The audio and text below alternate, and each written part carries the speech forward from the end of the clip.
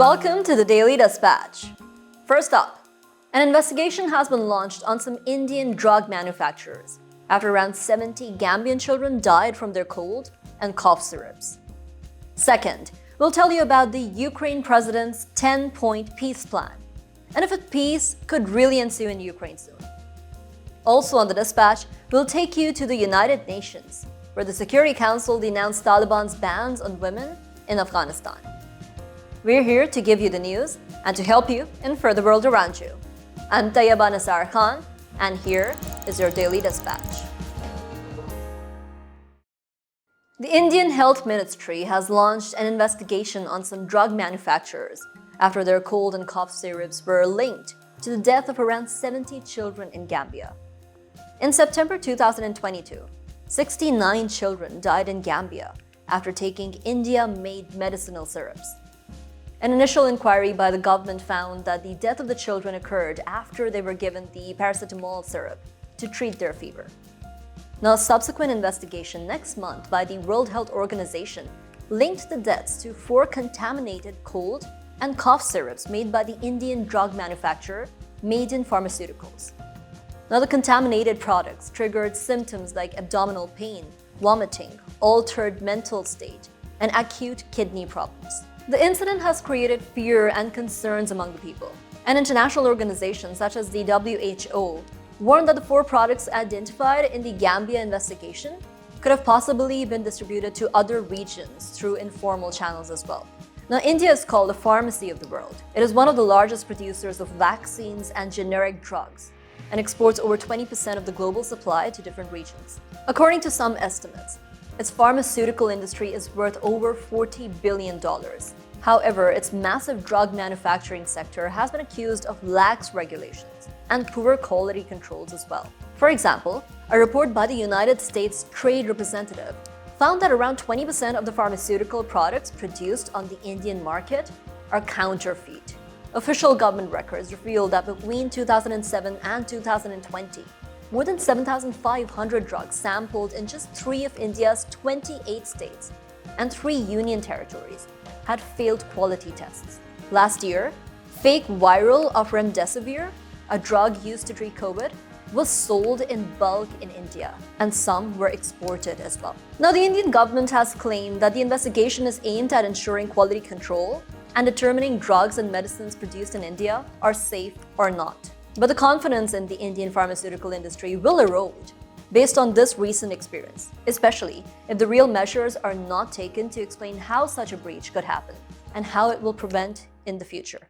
Next on the Dispatch, is peace going to ensue in Ukraine soon? Ukraine's President Volodymyr Zelenskyy has been on a diplomatic spree in an effort to convince the world leaders on his 10-point peace plan that he first laid out on November 15th during his virtual speech at the G20 summit in Bali, Indonesia. Now, he reiterated his plan to President Biden during his US visit, President Macron of France, and more recently in his conversation with Prime Minister Modi of India, which has assumed presidency of Group of 20 recently.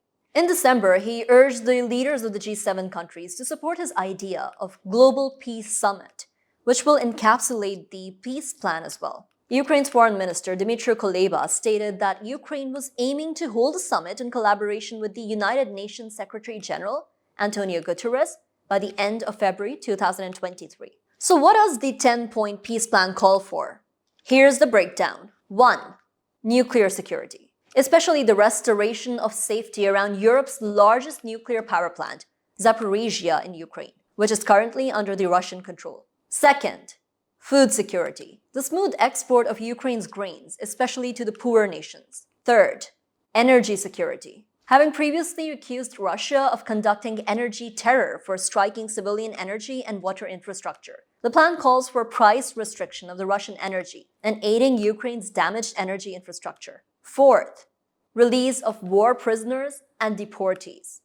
5th, restoration of Ukraine's territory that is currently under the Russian control. 6th, withdrawal of the Russian troops and restoration of the state borders. 7th, establishing special tribunals for justice, prosecution of Russian war crimes. 8th, protecting environment, especially demining and restoration of the water treatment plants. 9th, build Euro-Atlantic security apparatus with guarantees for Ukraine security. And lastly, signing a document to signal the end of war. Now, while rejecting the proposal, Russia reiterated that it wouldn't give up the 1/5 of Ukrainian territory that now it controls. Moreover, despite the enormous support and aid that Ukraine has garnered from the West, their reaction to the peace plan has been cautious, with US President Biden only stating he shared the exact same vision, with no reference to Zelensky's plan. The United Nations Secretary General also stated that there might be a need to wait before serious negotiations will take place.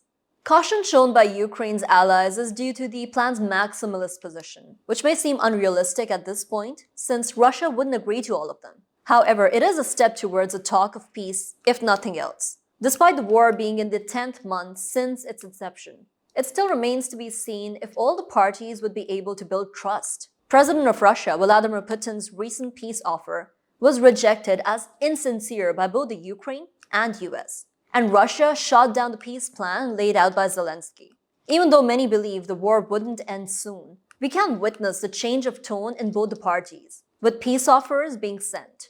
This could be a signal that efforts for peace negotiations are continuing for an eventual end to the war. Let's take you to the United Nations now, where the 15-member United Nations Security Council has denounced the Taliban's move to ban women from universities and from working with the NGOs. The international body termed the move by the Taliban as an erosion of the respect of human rights and fundamental freedoms. Earlier, Antonio Guterres, the UNSG, also slammed the discriminatory move as a major setback to the potentials of the Afghan people. Taliban has incrementally denied spaces of learning and employment to girls and women in Afghanistan, breaking hopes of a different behavior from their leadership. Nearly 1.1 million Afghan girls have been banned from schools. During their earlier rule in the 1990s, the group did the same. 4 major humanitarian organizations have decided to suspend operations in Afghanistan, citing an inability to operate without their female staff in a largely conservative society. Now, Taliban's decisions adds to the existing woes of the Afghan people.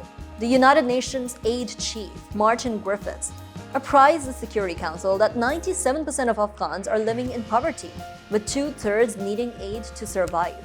In addition, 20 million Afghans face acute hunger. By restricting women from relief work with the NGOs, the humanitarian crisis will aggravate in Afghanistan. The recent moves are in contravention to the Taliban's earlier commitment, when it promised to work in partnership with the international community. Progress on such expectations appears grim, with the Taliban's recent decisions to ban women's participation. These discriminatory decisions by the Taliban could deepen Afghanistan's international isolation. The Taliban-led Afghanistan, along with Myanmar at present, remains excluded from representation in the United Nations and affiliated bodies. The regional countries and the international community have also not recognized the Taliban's government in Afghanistan. The current decisions could dampen efforts by Taliban-led Afghanistan to normalize its international relations, in turn, exacerbating the possibility of economic collapse and triggering a new wave of refugee exodus. Neighboring Pakistan and Iran, which host over 1.4 to 0.7 million people respectively, have voiced their concerns about accommodating more refugees since the Taliban took over in August 2021.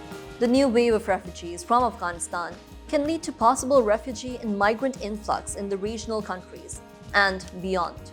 Europe has experienced similar waves of refugees and migrants in 2016 and 2022 after the start of the Russia-Ukraine war. Next, we're back with more Elon Musk-related news. But this time, it's not about Twitter. Elon Musk, the chief executive of SpaceX, has announced that the company's internet satellite service, Starlink, will soon have 100 active satellites over Iran.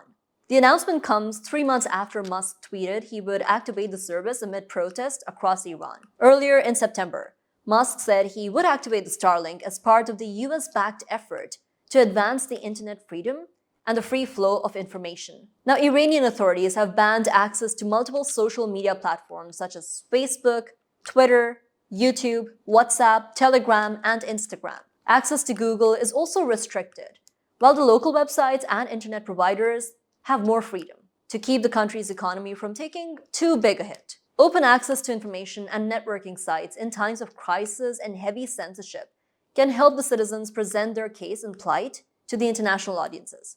making Musk's decision seem like a welcome assistance. However, the installation of the terminals necessary for the system to work would require smuggling the hardware into Iran, in the face of the administration's refusal to cooperate.